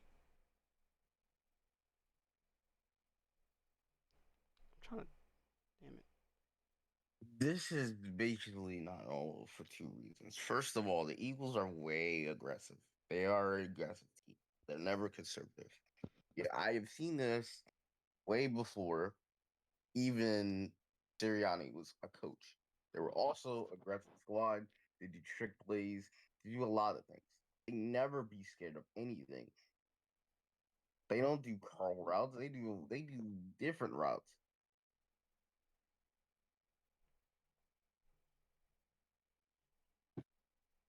Like they do stuff that goes together like a sandwich that is perfectly put in. This feels like compared to the sandwich is phenomenal. Kinda, yeah, but it's like putting a pizza there and you take it out way too early and then you eat it and it tastes terrible. That's literally what the offense is. It's like you put it in there and it's just rushed. It just feels rushed. That's literally the offense because I know what plays are gonna get called. Run, pass is a curl. Run at 3rd and 20, or a scream at 3rd and 20. I'm throwing it deep at 3rd and 20. I'm not throwing a curl. A curl is later, like in short game. We're trying to get short game for 2nd and 2 or something like that. And you're not doing the ones that are plays and 4th and 1. You're just doing, we'll just do a regular run play. That's like, I don't like calling for people's jobs, but he has to go now. Like you can't. Yeah, and that's how we know it's bad because it's like, like I don't like having to call for jobs either, but it's getting to that point where it's like, yo, my man, this shit is ass. Like it's to a point where like, bro, I'm tempted to boot up Madden, and I can call better plays than this. And I hate that I have to do that. If I gotta boot up a video game to call better plays, that's a problem. That's why I was like, look, I don't blame AJ for that. Because I would do the same shit if I was in his position. Mm-hmm. Like, what the fuck is this? Like, where's the motions at? Where's the, like, yeah, knows that shit too. We don't even call motion anymore. We don't call motion anymore. We don't do QB design runs. Chris Collinsworth stated this shit like 5 times in the broadcast before he finally started doing it. It's like, yo, we don't even run the ball no more with our quarterback who can use his legs. We don't even do that no more. Like, he stripped away so much shit that made this offense work. It's unbelievable. Now, part of me also blames Nick Sirianni as well. Because he thinks that this offense shit is going to work when his offense is going to work when it don't. In fact, I found another stat here. Speaking of the fucking curl route, here it is right here. And this is the last one I'm sure we're going to cover and talk about. The Eagles run the highest amount of fucking hitch routes in the NFL when they shouldn't. They actually hurt the team. Look at this shit. All by themselves. All by themselves. The hitch route serves 2 main purposes, which is you hitting them on the break, especially versus zone, and as an influence route to grab a zone defender. The problem is when that shit don't work, and it most likely don't work, your ass is cooked. Especially if no one falls for it. Hit them on the break and as an influence route, grab the zone. The problem, the Eagles rarely throw at the break. They only use the hitch as an influence route when wrapping in, which is a wrap in. And they have hitches on the backside that are smothered by the time the progression even gets to them. But this goes to the point. It's the offensive coordinator. He has to go. He has to go. I've never seen a coach get this much bad attention. Not even fucking not even Brian Johnson got it this bad. And we did not want Brian Johnson here for obvious reasons. Brian Johnson is the reason we made a run the ball emote. And even with that, it wasn't this bad. Like, I kid you not, his offense is better than this. At least he can move the ball. Like, right, at least he can move the ball. But this motherfucker can't move it. Like it's literally they stay in one spot only because like they only move because of sometimes the run or they get just enough to get a first down. That's it. It's literally to the point that the most of the time I expect is a field goal or we only get a touchdown because they get in the end zone. They don't throw it deep like that. Like they don't run anymore. They don't even want to try to do RPOs, the other stuff they used to do. Like they don't do any of that. It literally feels like a boring offensive scheme that you would find in Madden that you would probably see at college with you, knowing their strengths. Right. And the only reason why we're even winning is defensive reasons. The defense Which is bailing us the fuck out, bro. I can't stress and that like enough. and it's to me it's like either this is what's gonna happen. The defense is going to carry us to the Super Bowl, and then we're gonna somehow win the game, which is unbelievable to me. Would be the worst possibility because that means that motherfucker stays when he shouldn't. Like that's the worst one. I mean, don't get me wrong. Don't get us wrong, ladies and gentlemen. We will happily take a Super Bowl win. But I can't deal with this bullshit with how this dude has been terribly calling this team. Calling this team. I don't blame AJ Brown for getting pissed. It's either that's what's gonna happen, or it has to be they get eliminated in the championship game, or they get eliminated in the divisional round. Which I hope is the divisional round, so he gets it done. He's gone because you cannot have him succeed where you have an offense like that. And if you're allowing the offense to go in the Super Bowl and win like that, you're basically saying, "Oh, we can also do that and not have to try." Like, and that's not normal. No team should ever do that. You should not allow your offense to not do anything just because you expect the defense to do something. This is not the 2000s anymore. This is the entirely different decade with entirely different players and different philosophy. That's not good. That's not good for any team.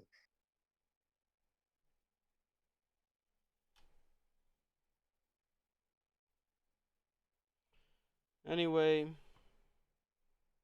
I think we have all had to say what was on our mind with this whole thing. And really, it's just, you know, as much as we love this team, man, God, I hate seeing the bullshit the way that we see it now. Honestly, I don't think I'm gonna be able to get this pose right the way that they want me to get it. But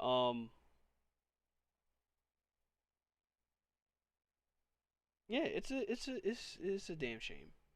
But I guess we'll figure out and see how it's gonna go when we reach towards the end. Alright, till then guys, that's it. We don't have much to talk about here. We have much to cover. I know we want us to cover week 12, which I'll gladly cover real quick. Bills is gonna beat the Texans. I'm gonna tell you that right now. Colts, I think, is gonna beat the Chiefs. Seahawks are going to handle the Titans. Packers and Vikings is going to be a tough one. But I think the Packers are going to choke versus the Vikings because I don't trust them. Jets and Ravens. Ravens should be able to take this one. Lions and Giants. The Lions should easily take out the Lions should be able to easily take out the Giants. Bears and Steelers, that goes to the Bears. Patriots, Bengals, that goes to the Patriots. Browns, Raiders, I don't give a fuck, but if I had to pick, I'll go with the Browns because I think Shedeur Sanders is going to be the reason they win. Jags, Cardinals, Jags is going to rout the Cardinals. Eagles, Cowboys, I actually think we're going to sweep the Cowboys. I'm going to be real with you. Falcons, Saints, Falcons, I guess.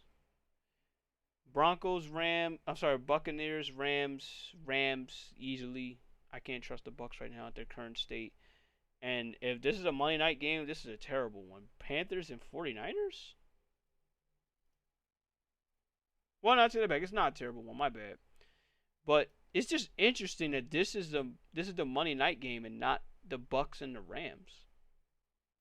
I'm sorry, not Bucks and the Rams. Not Eagles Cowboys. I was expecting that to be a Monday night. But okay. It's a tough one. But I do see the 49ers winning, actually. I think 49ers are going to keep the pressure up with what's going on with the NFC West. I don't think they're going to win it, but they're going to pressure these two teams enough to make it so that one of them is going to slip. That's what I think is going to happen here. So, we'll see what will happen. We'll see what's going on. We'll see what will happen throughout the rest of the week. Oh, one more thing. I forgot to cover. One more thing. If you haven't already, and I would understand if you haven't, because for certain people that can get it,